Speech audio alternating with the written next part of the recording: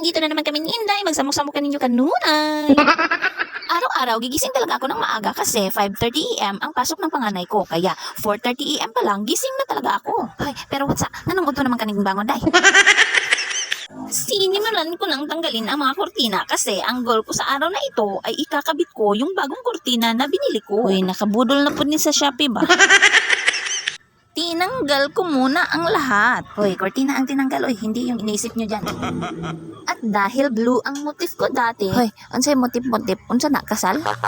Green naman ang gagamitin ko ngayon. At dahil nga kahoy yung dingding namin, naisipan ko na mas maganda siguro kung medyo printed yung kortina ko. Hoy, ayaw mo pagkaraw kay ako manibalay, ako'y magbuot. Giganahan magidjog tanaw atong butterfly color tint sa Shopee nga dugay na nako gi-add to cart ba. So pagka nagkatigom nako ay gi-check out na dai nako. Oy, way paglangan. Baratuhon ragod nga kortina pero pag nakit-an nimo mura pud ka og daghay buwak nga humot sa imong balay kay na may butterfly. Wow. Matagal nga bago ko natanggal ang lahat ng lumang kortina at dahil nga tanghali na ay masakit na ang init sa nagtagak-tagak na diha akong singot. Oy, dungagan pag yun nga taas ang abto nun unya atong height kay igo-igo ra pod ay samot kalisod. At ito na nga yung butterfly na sinasabi ko. Daghan kayo naglupad-lupad no. Ayom-ayomon ragod ni nato ang balay sa kuko ko eh. Basta saan ba't maging bahay ng maya na yan pagdating ng araw. Yan! Sabi ko nga kay mister, pag-igihan mo nang magtrabaho dyan, my loves, dahil ako nang bahala dito sa bahay. Babalik-talin ko nang paulit-ulit ito na maging malinis na pag-uwi mo. Uy, unsay balik ta dun? At nagtanghalian na nga, hindi ko pa natapos. Oy, kaya kumain muna kami ni Inday. Oy, kaon gyuday. Maura ra ba na atong puhunan? Lisod sad, sige ra ka pangrutina. Wa ka kabantay, lipong na. Nahagba kay napas mo na. Ay, huwag namang ganyan. At tingnan niyo naman itong si Inday. Tuwang-tuwa talaga basta may kamerang kaharap sa kanya. Parang naaaliw talaga siya at gustong makita ang bilog niyang mukha.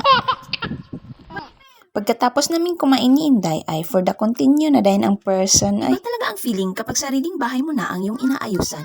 Kasi dati, noong nagre-renta pa kami, instead na yung pang-renta ay ibibili mo ng mga gamit sa bahay o sa kusina at kung ano-ano pa. Pero hindi, kailangan mo talaga magbayad or else maiibig ka sa bahay ni kuya. At eto na nga ang finished product. Ay, ba't naman naging product yan? O, diba? Green na green. Ang sarap naman sa pakiramdam at natapos na din. Uy, maaliwala sa mata tingnan ba?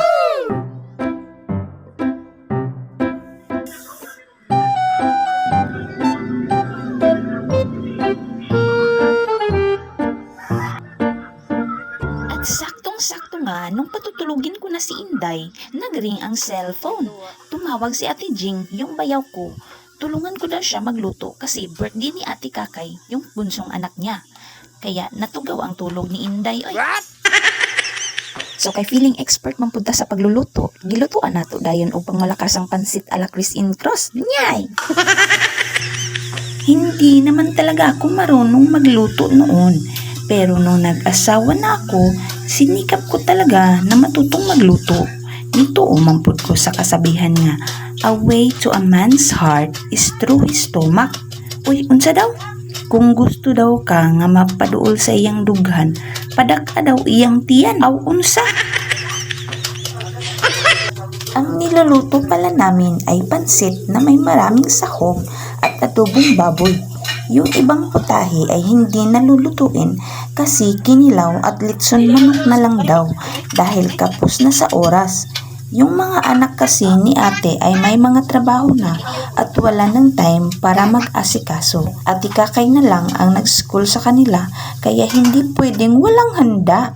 Sulitin na natin Ate Kakay dahil ikaw na yung bunso. So pagkatapos naming magluto ay nagpicture-picture muna kami at wala pa namang bisita.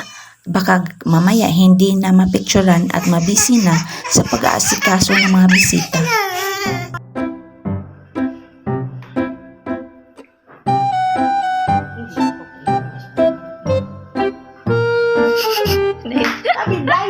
Naidyanak ka. Isa na yun na.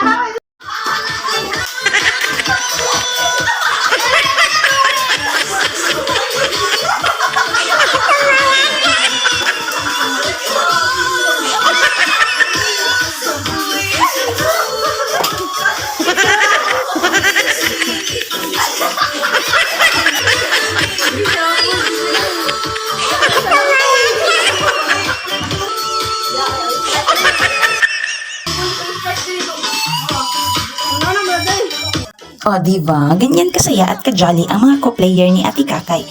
Ang saya nila tingnan. Pati si Inday gustong sumali sa kanila. Yung tipong nag enjoy lang sila sa lahat ng kanilang ginagawa. Pagkatapos namin kumain, pagkalipas ng ilang sandali ay umuwi na rin kami at syempre, pinadalhan na rin kami ni Ate Jing ng BHO. Syempre, ayaw ginakalimti ang pagsyaro. Ayan si Inday, tulog na tulog.